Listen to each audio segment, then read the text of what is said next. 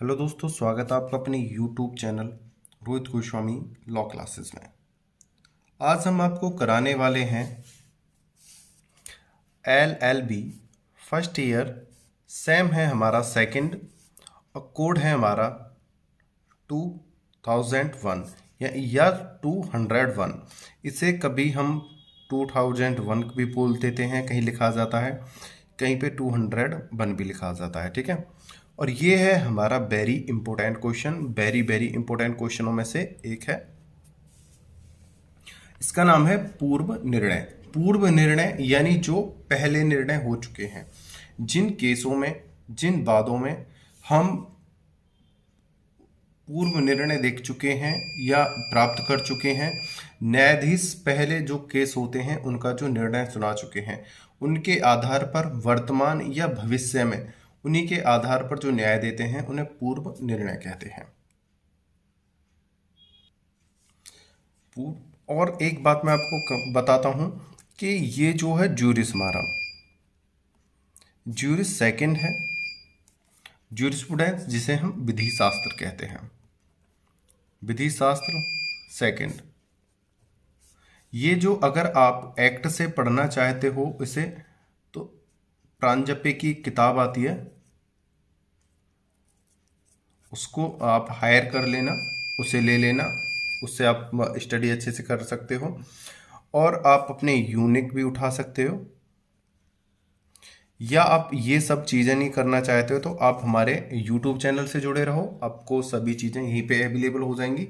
आपको कोई बुक, कोई एक्ट अपने एग्ज़ाम के लिए खरीदने की कोई ज़रूरत नहीं है। सभी व्यवस्था इसी YouTube चैनल पर आपकी हो जाएगी। आपको उसी तरह से स्टडी कराएंगे जिससे आपको कोई बुक, कोई किताब लेने की, एक्ट लेने की ज़रूरत ना हो। आपसे बस एक छोटी सी रिक्वेस्ट है, अगर आपने हमारे चैनल को अभी तक लाइक, शेयर एंड सब्सक्राइब नहीं किया है तो प्लीज़ हमारे चैनल को ज़्यादा से ज़्यादा लाइक, शेयर एंड सब्सक्राइब करो और बेल आइकन घंटी को दबा लो, जिससे भी हमारी कोई वीडियो आएगी आपको तुरंत पता चल जाएगा, जिससे आपको अपने एग्ज़ाम की तैयारी करने में बहुत ज़्यादा हेल्प मिलेगी और आसानी होगी। ज़्यादा बात ना करते हुए हम अपने क्वेश्चनों पे चलते हैं और आप कमेंट कर करके ज़रूर बताएं। और दूसरी बात, एक चलने से पहले मैंने YouTube चैनल पे प्लेलिस्ट बना दी है, आप प्लेलिस्ट से वहाँ पे जाके देख लो। वहाँ पे लिखा है सैम सेकंड और वहाँ पे ऐसे करके कोड लिखा हुआ है, ये ऐसे। वहाँ पे ये तुम्हें प्लेलिस्ट में ये वाले इस नाम से प्लेलिस्ट है, आप वहाँ पे जाके ये देख सकते हो। और लास्ट में ज्यूरिस लिखा हुआ है, ज्यूरिस 2 ऐसे लिखा हुआ है, वहाँ पे ये प्लेलिस्ट है, प्लेलिस्ट में आप जाके देख सकते हो। अब चलते हैं अपने क्वेश्चन के आंसर की तरफ। पहले हम अपने क्वेश्चन को अच्छे से समझेंगे। मैं इस बात को आपसे बार बार कहता हूं, एक बार मैं आपसे फिर कहना चाहता हूं कि जब तक हम अपने क्वेश्चन पे अच्छे से पकड़ नहीं बनाएंगे तब तक हम अपने क्वेश्चन को अच्छे से सॉल्व भी नहीं कर पाएंगे। तो सबसे पहले हमें करना क्या है, हमें अपने क्वेश्चन को अच्छे से रीड करना है पहले, तब हम उसे सॉल्व की तरफ चलेंगे। अगर हम उसे अच्छे से रीड नहीं करते हैं तो समझना हम अपना पेपर बहुत ज़्यादा बेकार करने वाले हैं, क्योंकि तब हम अपने जो उस क्वेश्चन में पूछा जाता है, क्वेश्चन जो हमसे डिमांड करता है, उसको ना कर कर जो हमने पढ़ा हुआ होता है हम अपनी भाषा में उसी को लिखने लग जाते हैं, जिससे कि हमारे आंसर के रॉन्ग होने के ज़्यादा चांस हो जाते हैं। तो चलते हैं अपने आंसर की तरफ और पहले क्वेश्चन को भी देखेंगे फिर आंसर को देखेंगे। क्वेश्चन है हमारा, पूर्व निर्णय के सिद्धांत से आप क्या समझते हैं? प्राधिकारिक एवं अनुयायी पूर्व निर्णय को स्पष्ट कीजिए। पूर्व निर्णय का विधि के स्रोत के रूप में गुण एवं दोषों का विवेचन कीजिए। यह था हमारा प्रश्न। आगे अब हम इसके आंसर पे सॉल्व चलते हैं। यहाँ से है हमारा आंसर, यहाँ पे लिखना भूल गया हूँ मैं, उत्तर यानी आंसर हमारा थर्ड। पूर्व निर्णय का सिद्धांत, वो सबसे पहले हम इसके सिद्धांत को देखते हैं। यह है पूर्व निर्णय का सिद्धांत। ऐसा कोई निर्णय या कार्य जो पहले किया जा चुका है और भविष्य में इसी आधार पर या आगे, यहाँ पे लिख लेना आगे, यहाँ पे बाई मिस्टेक आप हो गया है, यहाँ पे आगे कर लेना। आगे किसी बात में उसी आधार पर निर्णय देना जो भूतपूर्व वाद या कार्य के लिए दिया जा चुका है पूर्व निर्णय कहलाता है। देखो इसका पूरा अर्थ क्या है, जब कोई न्यायाधीश या कोई मान्य कोर्ट जब किसी केस में अपना निर्णय दे चुका है पहले, उसी के आधार पर अगर उसी के तरह सेम कंडीशन का अगर कोई केस आ जाता है तो उसके ही आधार पर हम उसमें निर्णय दे सकते हैं। ये होता है पूर्व निर्णय। एक एग्जाम्पल लेते हैं कि एक व्यक्ति ने किसी दुकान से 2005 में टॉफी का पैकेट चुराया, टॉफियों का पैकेट चुराया और उसको 100 रुपये का दंड न्यायाधीश ने निर्धारित करा कि आपने 100 टॉफियों का पैकेट चुराया है, आपको 100 रुपये दंड के रूप में देने होंगे। उसी प्रकार का कार्य अब 2022 में हो गया कि किसी ने एक टॉफी का पैकेट चुराया, तो उसी के आधार पर उसे सजा दी गई कि देखो उस समय टॉफी के पैकेट की कीमत तो कम होगी, तो उस कीमत के हिसाब से 100 रुपये निर्धारित करे थे, लेकिन अब 2002 में तो टॉफी की कीमत ज़्यादा होगी, तो उन्होंने उस कीमत के हिसाब से बोला कि अब आपको 500 रुपये देने होंगे। लेकिन जो सजा है वो आज भी पैसे के ही आधार पर थी, ना कि उसे मारपीट की या जेल जाने की। लेकिन जो निर्णय पहले था कि दंड जो है पैसे से निर्धारित है, आर्थिक दंड है और इसे छोड़ा जाए, उसी प्रकार का 2022 में भी दिया गया कि इस पे उसी आधार पर दंड दे दो जो 2005 में एक न्यायाधीश ने दिया था, हम उसी के आधार पर इसे दंडित करेंगे, इसे पैसे का ही दंड दिया जाए, ना कि और कोई दंड। तो ये होता है पूर्व निर्णय, जिससे हमें किसी भी बाद में उलझने से या ज़्यादा लॉन्ग टाइम खींचने से आसानी होती है, उसे पूर्ववाद को देखकर उसमें निर्णय देने से। इसमें बहुत जल्दी हम निर्णय की तरफ चले जाते हैं और एक सटीक जानकारी हमें मिल जाती है उस निर्णय के बारे में, तो उसे कहते हैं पूर्व निर्णय। इसी के बारे में हमारा ये पूरा क्वेश्चन है और यह पूर्व निर्णय का सिद्धांत इसी बात पे आधारित है। आगे चलते हैं। ये हैं डायस और ह्यूज के अनुसार, मतलब डायस और ह्यूज ने अपने अपने जो मत, जो डेफिनेशन जो अपनी दी हैं, परिभाषाएं दी हैं, अपने मत दिए हैं, उनको देखते हैं। विधि के अंतर्गत इसका अर्थ होता है भूतकालीन निर्णयों के आधार पर वर्तमान व भविष्यकालीन निर्णयों में उसी आधार पर निर्णय देना। यह तभी संभव होता है, यह तभी संभव होता है। ये 2 बार हो गया है बाय मिस्टेक, इसे देख लेना, या तो ऊपर वाला कट कर लेना। अगर बाई चांस आप कभी एग्जाम कर रहे हो, आपसे भी कोई बाय मिस्टेक कोई गलती हो जाती है, तो मेरी तरह जैसे मैंने अभी यहाँ पे लाइंस से ये ऊपर अंडरलाइन करा है, ऐसे बस इतना कट करना है और ज़्यादा कट नहीं करना है हमें जब कोई गलत हो जाए चीज़। तो इसे दोबारा देखते हैं। विधि के अंतर्गत इसका अर्थ होता है भूतकालीन निर्णयों के आधार पर वर्तमान व भविष्यकालीन निर्णयों में उसी आधार पर निर्णय देना। यह तभी संभव होता है जब पूर्व दिए निर्णय का आधार व भविष्यकालीन निर्णय का यदि समान आधार है तो पूर्व निर्णय लागू होते हैं। इन्होंने, डायस और ह्यूज ने एक बात कही है कि हम पूर्व निर्णय के नियम को हम तभी लागू करते हैं कि जो पहले वाला जो वाद था और जो अब वर्तमान में यानी भविष्यकालीन वाद, जो पहले जो केस था, जो समस्या थी, और जो वर्तमान की जो समस्या है या जो भविष्य में होने वाली जो समस्या है बिल्कुल सेम हो, तब हम उस पूर्व निर्णय को उस केस में अप्लाई कर सकते हैं। जैसे अभी मैंने एक टॉफ़ी वाला एग्जांपल आपको दिया था कि अगर 2005 में किसी व्यक्ति ने टॉफ़ियों का पैकेट चुराया था तो उसे 100 रुपये से पनिशमेंट दी गई थी जज के द्वारा। अगर वही काम 2022 में आके अगर कोई व्यक्ति चोरी करता है, टॉफ़ियाँ चुराता है, तो उसको 500 रुपये से दंडित करा गया या 100 रुपये से दंडित करा गया, पनिशमेंट दी गई। तो यहाँ पर ये नहीं है कि उसको जब 100 रुपये दिए गए थे अब 500 दिए जा रहे हैं या 100। उसमें क्या है कि उस समय महंगाई कम थी, अब महंगाई ज़्यादा है, लेकिन जो दंड की जो प्रक्रिया है, जो सजा है, वो उसी आधार पर दी गई है जो आर्थिक क्षति के रूप में दी जाती है। ठीक है, ये था डायस और ह्यूज के कहने का अर्थ के जो पूर्व में है, और ये चीज तभी लागू होगी कि जो अपराध हुआ है वो पहला और जो वर्तमान है वो समान होनी चाहिए, वो स्थिति बिल्कुल समान होनी चाहिए।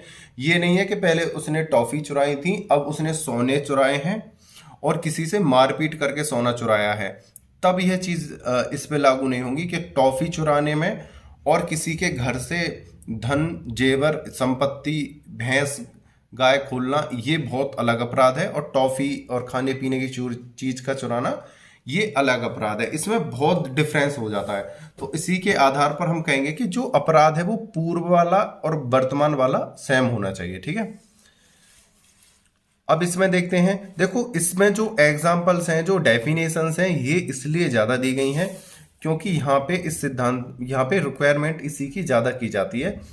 पूर्व निर्णय के सिद्धांत से आप क्या समझते हैं? अगर हम इसकी डेफिनेशंस कम लिखेंगे ना तो हमारे कम आने के चांस है। इसमें डेफिनेशंस ज़्यादा दी जानी चाहिए हमें। जिस प्रकार मैं आपको बताता हूँ कि पहले हमारे किसी में केस के ऊपर ज़्यादा बल दिया जाता है, ज़्यादा फोर्स किया जाता है। किसी में क्या होता है कि सेक्शंस के ऊपर, किसी में आर्टिकल्स के ऊपर। ज्यूरिस्प्रूडेंस में क्या होता है, डेफिनेशंस के ऊपर ज़्यादा फोकस किया जाता है, ज़्यादा फोर्स की जाती है। तो उस वर्ण के अनुसार पूर्वोक्ति एक प्रकार का न्यायिक निर्णय या फैसला है जिसे उसी के प्रकार के मामलों में आधिकारिक प्रमाण के रूप में माना जाता है। मतलब उस वर्ण के अनुसार, उस वर्ण कहते हैं अपनी डेफिनेशंस में कि जो पूर्वोक्ति है यानी जो पहले जो पूर्व निर्णय है एक प्रकार का न्यायिक निर्णय या फैसला है।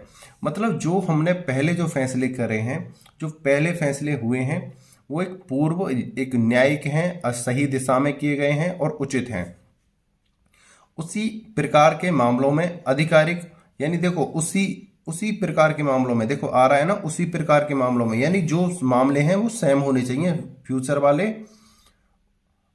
फ्यूचर वाले जो होने वाले हैं और जो प्रेजेंट हमारे जो चल रहे हैं, जो बात अभी हमारे प्रेजेंट टाइम में आए हैं, और पास्ट में जो हमारे केसेस हुए हैं वो पास्ट वाले और प्रेजेंट वाले हमारे कैसे हों, सेम होने चाहिए, इक्वल। ठीक है, तब ये चीज़ें लागू होंगी। प्रमाण के रूप में माना जाता है, यानी जो पहले जो नियम के आधार पर जो हमारा न्यायिक निर्णय हुआ है उसी के आधार पर हम प्रेजेंट में भी दे सकेंगे अगर हमारे केस समान है, और फ्यूचर में भी हम ऐसे प्रतिक्रिया कर सकते हैं। ठीक है, फ्यूचर में भी इसी के आधार पर हम न्याय कर सकते हैं।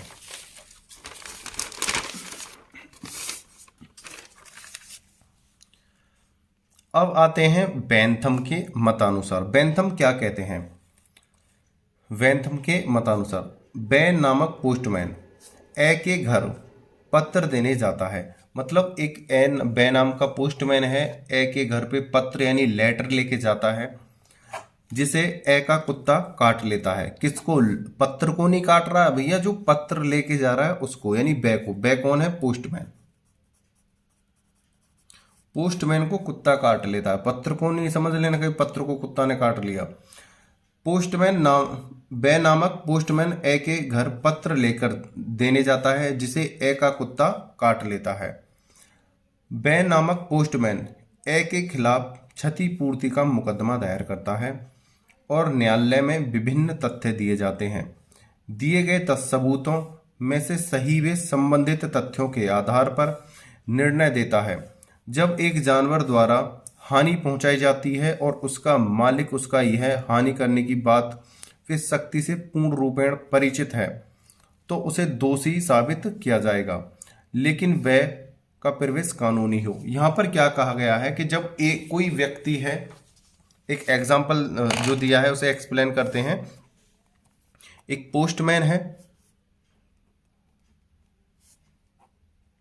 पोस्टमैन, और एक है कोई मैन मान लो यार, आदमी मान लो, ये इनके यहाँ पे एक पत्र लेके गया। जब ये पत्र लेके गया था इनके घर पे, होता क्या है कि इनके यहाँ पर एक कुत्ता था, उस कुत्ते ने इनको क्या करा, खा लिया। ठीक है, यहाँ पर डॉगी बंध रहा था, डॉगी ने क्या करा, पोस्टमैन को खा लिया। अब यहाँ पे जो पोस्टमैन था, ये जो बेचारा परेशान हो गया, कुत्ते ने इसे जब खा लिया तो ये प्रतिवादी के मतलब जो कुत्ते का मालिक था, मालिक के प्रति क्या लेके आया, वाद लेके आया कि मुझे उनके कुत्ते ने खा लिया है और मैं कानूनी तौर पर कार्य करने गया था, मुझे अधिकार था मैं उनके घर में प्रवेश करूं और प्रवेश करके एक लेटर उन्हें दे के आऊं और उनके पास पहुंचाऊं और उनके कुत्ते ने मुझे काट लिया है, अब मुझे क्षतिपूर्ति दिलाई जाए। तो यहाँ पे न्यायालय ने निर्णय दिया कि यहाँ पर जो मालिक है वो क्षतिपूर्ति के लिए जिम्मेदार है। यह तब जिम्मेदार है कि तब मालिक को यह पता हो कि जो मेरा कुत्ता है वो मानव को देख के या मनुष्य को देख के या किसी व्यक्ति को देख के वो उस पर हमला कर सकता है और वो उसे खा भी सकता है, काट भी सकता है। ऐसी नॉलेज होने के बावजूद भी उसने अपने कुत्ते पर सावधानी नहीं बरती और उसने पोस्टमैन के तरफ ध्यान नहीं दिया और उसे कुत्ता ने काट लिया। तो यहाँ पर मालिक क्या है, जिम्मेदार है, ठीक है। लेकिन यदि मालिक को जानवर के काटने का ज्ञान नहीं है, जैसे मालिक है उसने कोई कुत्ता पाल रखा है और सडनली उसे मालूम है कि मेरा जो डॉगी है, मेरा जो कुत्ता है वो किसी अनजान व्यक्ति को ऐसे अचानक नहीं खाएगा, उसके बावजूद भी अगर वो उसे खा लेता है तो यहाँ पर उसे क्षतिपूर्ति का बाद के जब उस पर क्षतिपूर्ति का बाद दिया जाएगा, चलाया जाएगा, तो उसे क्षति नहीं देनी पड़ेगी, यानी हानि पूर्ति नहीं देनी पड़ेगी। अब यहाँ पे एक तथ्य ये आलोचना होती है इसकी कि जब कोई व्यक्ति है, मालिक है कोई, अगर मालिक का कोई कुत्ता है अब वो किसी व्यक्ति को काट लेता है तो और उसके ऊपर केस चलाया जाता है मालिक के प्रति, तो हर मालिक यह बोलेगा कि भाई मेरा तो मुझे पता ही नहीं था कि मेरा कुत्ता काट भी सकता है या इसके ऊपर मैं ऐसी पाबंदी लगा के रखूं कि ये किसी को हानि ना पहुंचाए या ये तो बहुत सीधा कुत्ता है। ये सब प्रत्येक मालिक यही बयान देगा। ये 100 में से 100% लोग ऐसे कहेंगे कि मुझे हमारा कुत्ता तो काटता ही नहीं है। तो इसके लिए एक निर्णय ये हुआ कि यहाँ पर सभी को क्षतिपूर्ति का जिम्मेदार ठहराया जाता है। 99% में अगर वह कानूनी कार्य करने अगर आपके घर में आया है, यहाँ पे बस सिर्फ एक चीज देखी जाएगी कि वो कार्य करने कानूनी तौर पर आया था या गैर कानूनी तौर पे आया था। यहाँ पर चाहे मालिक कितनी भी अपनी सफाई दे कि भाई मेरा कुत्ता ऐसा नहीं था, मेरा कुत्ता काटने वाला नहीं था, वो तो बहुत सीधा था, वो तो सडनली ऐसा हो गया कि वो बीमार हो गया था, तो इसकी जिम्मेदारी भाई मालिक साहब की है। भाई तुम्हें अपने कुत्ते की, एक परिवार में जैसे कोई सदस्य होता है उसे अपने सदस्य के बारे में जानकारी नहीं है कि जो उसने जीव पाल रखा है वो किस प्रकार का बिहेव कर रहा है, वो उसकी स्थिति क्या चल रही है। तो इसलिए अगर कोई कानूनी तौर पर एंट्री मारता है तो यहाँ पर उसे जिम्मेदार ठहराया जाएगा और क्षतिपूर्ति दिलाई जाएगी पोस्टमैन को या कोई कानूनी काम करने उसके घर पर आया है। ये था, ये वाला फैक्ट आपको बहुत कम मिलेगा कि प्रत्येक मालिक यही बोलेगा कि मेरा कुत्ता तो सीधा साधा है, वो तो काटता ही नहीं है। ये वाला फैक्ट आपको परेशान करता है आगे जाके, ये मैंने आज ही क्लियर कर दिया है। हालांकि ये आपके लिए इतना इंपॉर्टेंट नहीं था, लेकिन आगे जब आप लॉ फील्ड में जाओगे तो बहुत ज्यादा जरूरी हो जाएगा आपके लिए। लेकिन यदि मालिक को जानवर के काटने का ज्ञान न हो या वह उसका पालतू न हो, वह क्षतिग्रस्त अतिचारी हो, वह मालिक दोषी नहीं होगा। अब एक चीज और देख लेते हैं यहाँ पे। अब जैसे यहाँ पर मालिक तो जिम्मेदार होता ही है कि भाई मालिक को जिम्मेदार बताया जाए। एक दूसरा फॉल्ट, एक आलोचना और आ गई कि भाई कोई व्यक्ति है, अगर कोई गैर कानूनी तरीके से, देखो मैंने वहां पे बोला था कानूनी, यहाँ पे है गैर कानूनी तरीके से किसी के घर में एंट्री कर रहा है या दूसरे नंबर पे उस कुत्ते को परेशान कर रहा है या उसे छेड़ कर चल रहा है, यानी कहते हैं ना कुत्ते की तरफ इशारे कुछ करना या उसे परेशान करना, एक किंकड़ी मार के जाना। तब अगर कुत्ता, और दूसरी बात जो मालिक का कुत्ता नहीं है लेकिन वो मालिक के घर में आकर बैठ गया है। तीसरी बात, पोस्टमैन जब उसके घर में एंट्री करी और पोस्टमैन को कुत्ते ने काट लिया, लेकिन वह मालिक का कुत्ता नहीं था, वो किसी और का घूमता फिरता कुत्ता उसके घर में आ गया था मालिक के, जिसके घर पर पोस्ट जानी थी। अगर उस कुत्ते ने उसे काट लिया है तो भी मालिक कोई जिम्मेदार नहीं होगा। किन कंडीशनों में, अगर कोई गैर कानूनी तरीके से उसके घर में घुस रहा है या कुत्ते को कोई परेशान कर रहा है तब, या पोस्टमैन जब उसके घर में घुसा या कोई व्यक्ति उसके घर में घुसा और किसी कुत्ते ने उसे खा लिया, लेकिन उसके मालिक को लेकिन उस कुत्ते का वह मालिक है ही नहीं, कि उसे पता ही नहीं है कि ये कुत्ता मेरा है, वो किसी अचानक उसके घर में आ गया और उसने उस पर हमला कर दिया, तो इन स्थितियों में मालिक क्षतिपूर्ति का दावेदार नहीं होगा। आगे चलते हैं। प्राधिकारिक व अनुयायी पूर्व निर्णय, वे सभी निर्णय जो उच्चतम या उच्च न्यायालय द्वारा पूर्वोक्तियां जिस पर पहले है। यहां पर देखो मैंने यहां पे ऑब्लिक लगाया हुआ है। ऑब्लिक का मतलब होता है या तो ये वाला, या आप इसे न्यायालय द्वारा जिस पर पहले ऐसे कर सकते हो, न्यायालय द्वारा पूर्वोक्तियां पर पहले या पहले है। इस प्रकार से या तो इसे यहां पर इसे अटैच करके पढ़ सकते हो, या इसे यहां पे सिंगल ऐसे करके पढ़ सकते हो। वे सभी निर्णय जो उच्चतम न्यायालय या उच्च न्यायालय द्वारा जिस पर पहले हैं, यानी जो पहले निर्णय हैं, जो पहले पूर्वोक्तियां पहले हैं या जो निर्णय पहले हैं, निर्णय दिया जा चुका है, उच्चतम न्यायालय द्वारा दिए गए निर्णय सभी न्यायालयों में लागू होते हैं या बाध्यकारी हैं। इसका मतलब क्या है?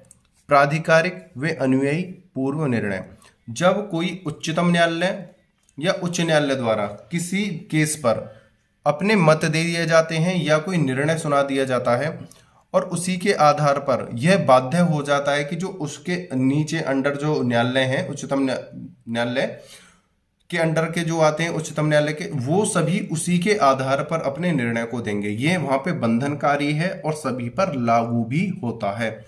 ये नहीं है कि उच्चतम न्यायालय ने कोई निर्णय दिया और निम्न न्यायालय ने, डिस्ट्रिक्ट ने या हाई कोर्ट ने उनको ठुकराया, या मतलब कोई हाई कोर्ट का ऑर्डर है, सुप्रीम कोर्ट का ऑर्डर है, उसको उन्होंने किसी ने पास कर दिया, लेकिन उसको कोई नीचे के कोर्ट जो या न्यायाधीश मान नहीं रहे हैं, तो वहां पे ये ऐसा नहीं चलेगा।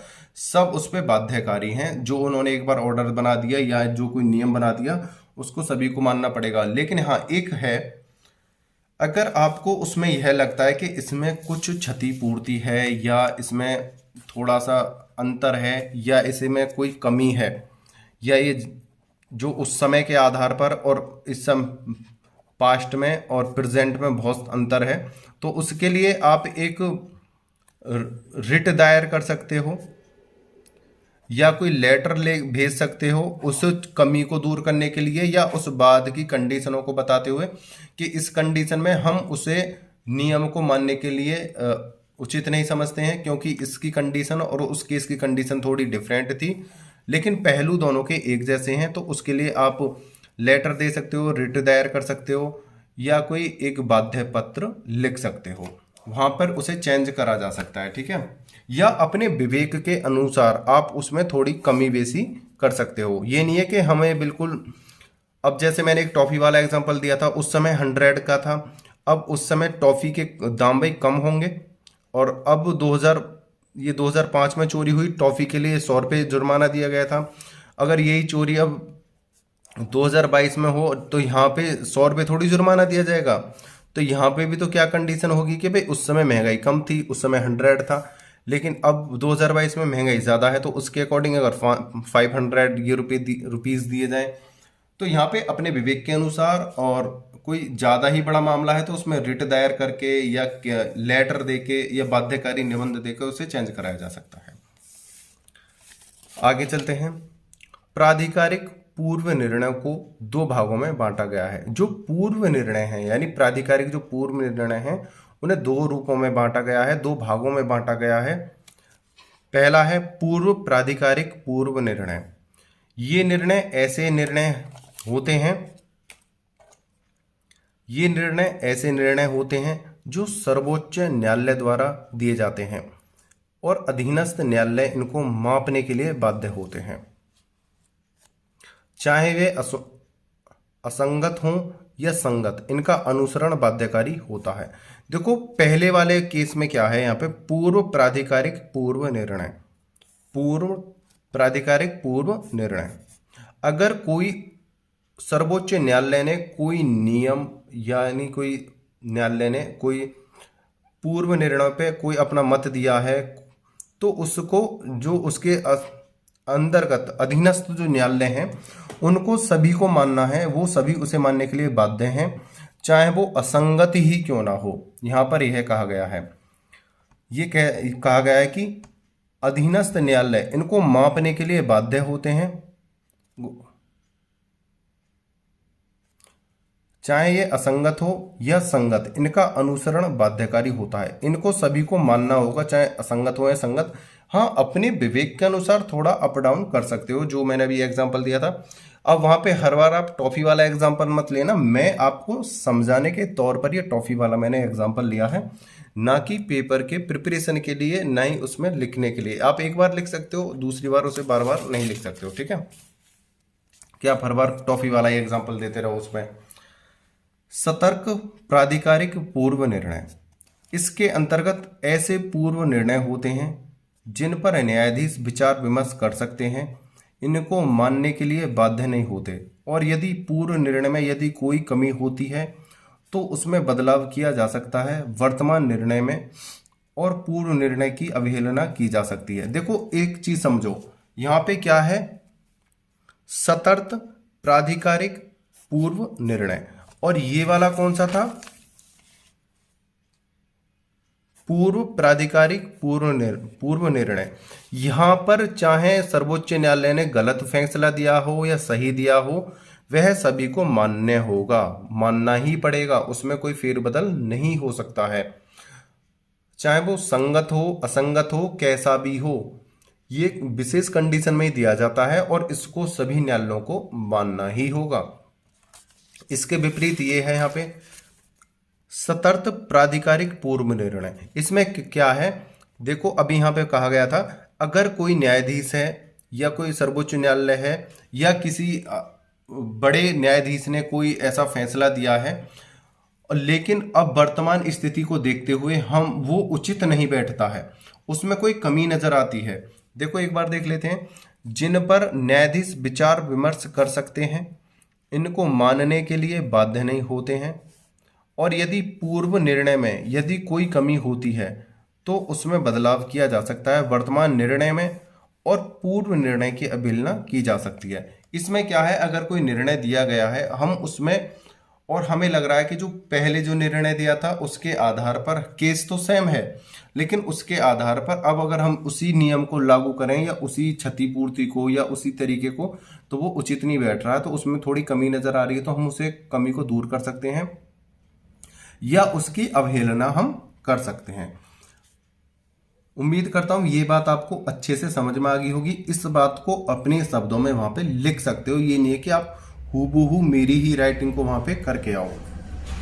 और आपसे मैं एक बात कह रहा हूं कि ये मैंने अपने हैंड राइटिंग में अपने नोट्स प्रिपेयर करे हैं, तो आप इतने मैच्योर हो, अगर इसमें एक आध वर्ड इधर से उधर या मतलब हमारी रैमिंग नहीं मिल पा रही है और जैसे ले नहीं बन पा रही है जैसे, तो उसको आप अपने तरीके से इसे कनेक्ट कर लेना, क्योंकि एक आध वर्ड ऊपर नीचे दाएं बाएं जैसे हो जाता है यदि, तो हम उन्हें अपनी लैंग्वेज के अनुसार उसे जैसे मैच कर लेंगे, ठीक है।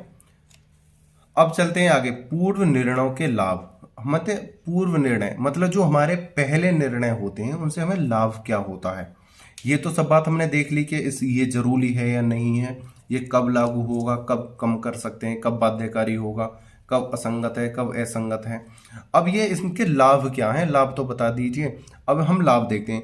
पूर्व निर्णयों से जानने या समझने में आसानी होती है, मतलब जैसे कोई केस आया, अब हम उन केसों को हम बार बार देखेंगे भाई, जैसे हर बार कोई एक ही प्रकार का केस आ रहा है, हम उसमें हर बार नए नए अपने वो देते रहें सुझाव या निर्णय देते रहें, तो वो तो अराजकता फैल जाएगी लोगों में कि भाई उसको तो इस तरह की सजा दी गई थी, उसको इस तरह की सजा दी जा रही है, ये तो भाई गलत है, और एक शासन व्यवस्था भी भंग हो जाएगी, क्योंकि प्रत्येक न्यायाधीश किसी न किसी चीजों के अंतर्गत बसीभूत बंधा हुआ होता है। ये हमारी जूरिस्प्रूडेंस भी कहती है।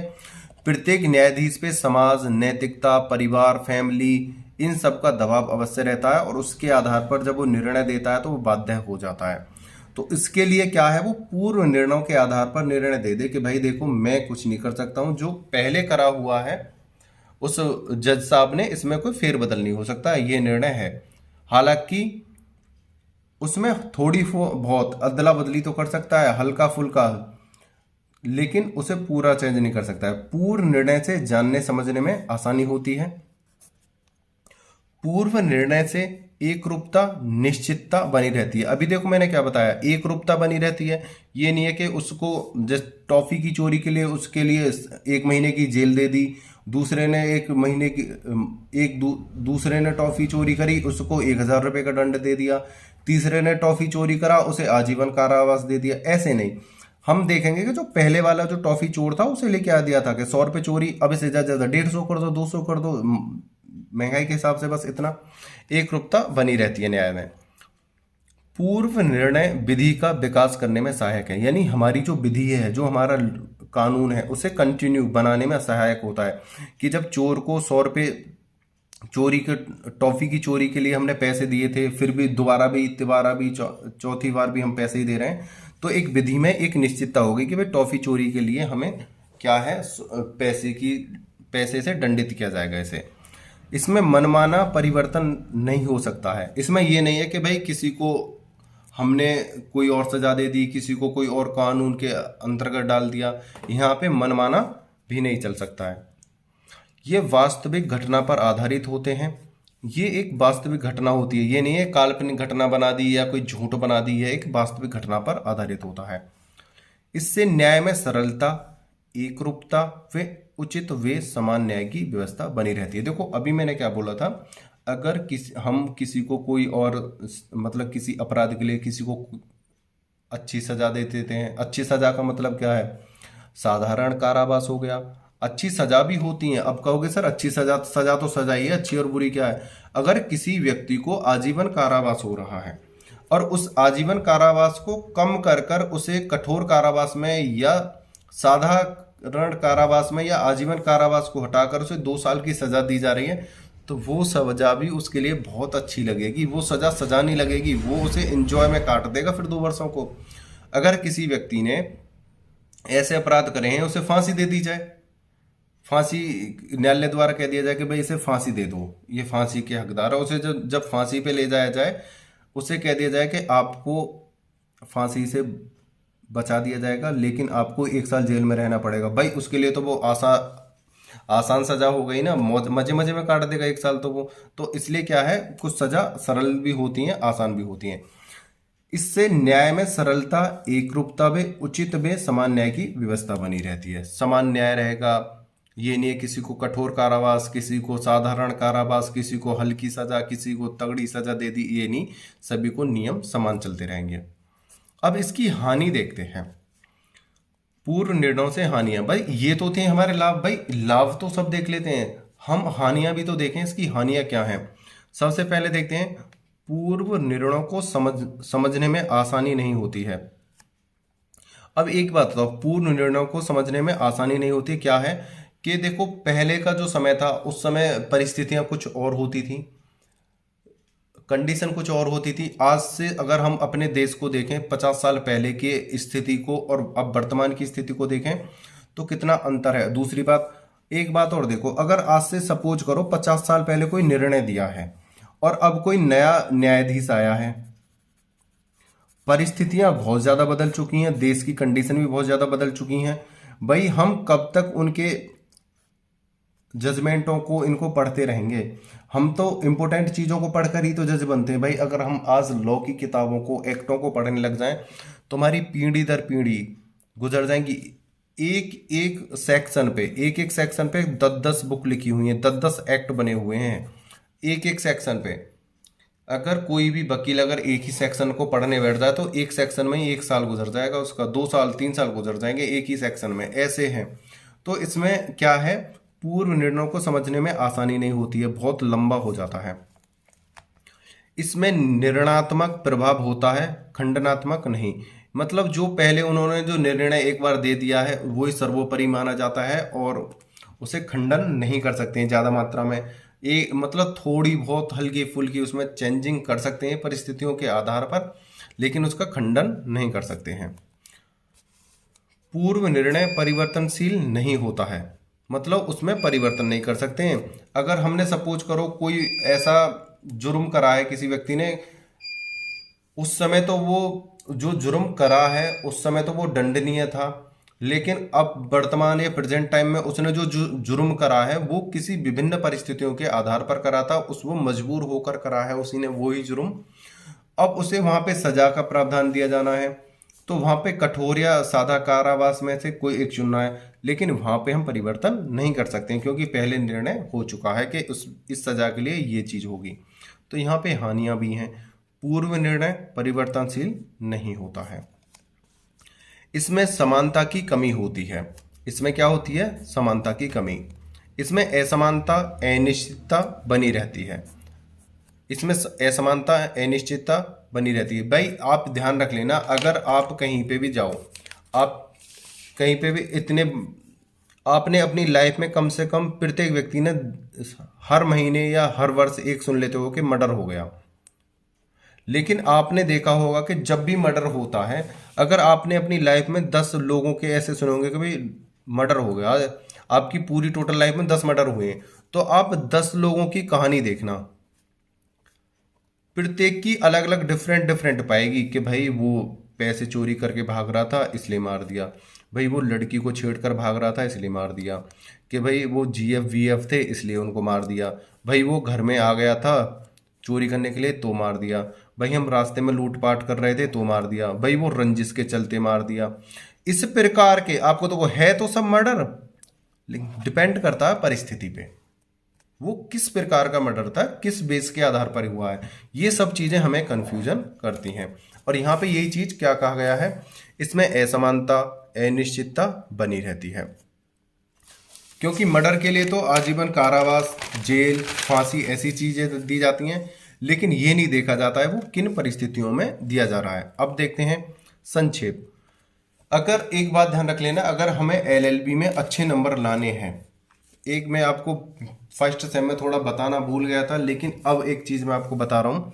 अगर हम कोई लॉन्ग क्वेश्चन कर रहे हैं, लॉन्ग क्वेश्चन के बाद अगर हम 3 से 4 लाइन या 5 लाइन का अगर संक्षेप लिख देते हैं, तो आपके ये मानो जो आपको अगर 20 का क्वेश्चन है, अंक नंबर का क्वेश्चन है, अगर उसमें से आपको एग्जामिनर 10 नंबर देने वाला था, तो आपके 4 नंबर और प्लस हो जाएंगे, 14 नंबर हो जाएंगे इस संक्षेप को लिखने से ही।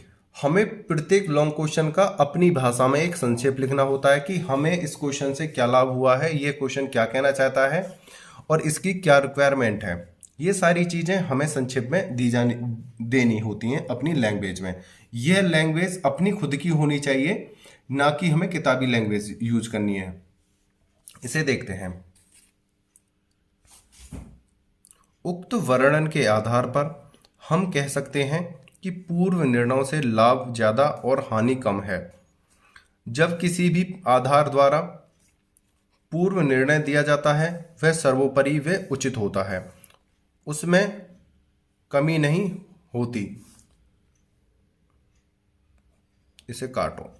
उसमें कमी नहीं होती। यदि किसी पूर्व निर्णय में कमी है तो जब तक उच्चतम न्यायालय उसको पलट नहीं देता, पूर्व निर्णय ही मान्य होगा।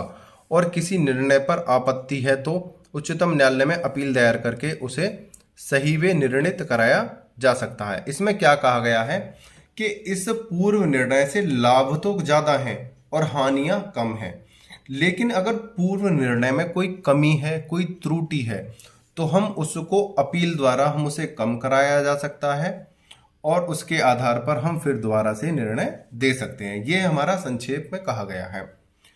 उम्मीद करता हूं यह वाला क्वेश्चन आपकी समझ में अच्छे से आ गया होगा। कोशिश की थी मैंने खूब सभी मतलब सिंपल वर्ड यूज करे हैं, यहाँ पे भी बहुत ज़्यादा सिंपल लिखा है। अगर आप इसी आधार पर अगर अपना पेपर करके आते हो और ये आपका 20 या 30 नंबर का आता है, अगर आप इसी आधार पर लिखते हो तो आप 50+20 में है, तो और ये अगर ये है तो है 22+ में आप इसे अंक प्राप्त कर सकते हो। ध्यान रख लेना इस बात को। और आपसे बस एक बात कहना चाहता हूँ कि अगर आपने हमारे चैनल को अभी तक लाइक, शेयर एंड सब्सक्राइब नहीं किया है तो प्लीज़ कर लो और बेल आइकन घंटी को दबा लो। हम स्टार्ट हो चुके हैं आपकी प्रिपरेशन कराने के लिए, सेकंड सेम की तैयारी कराने के लिए।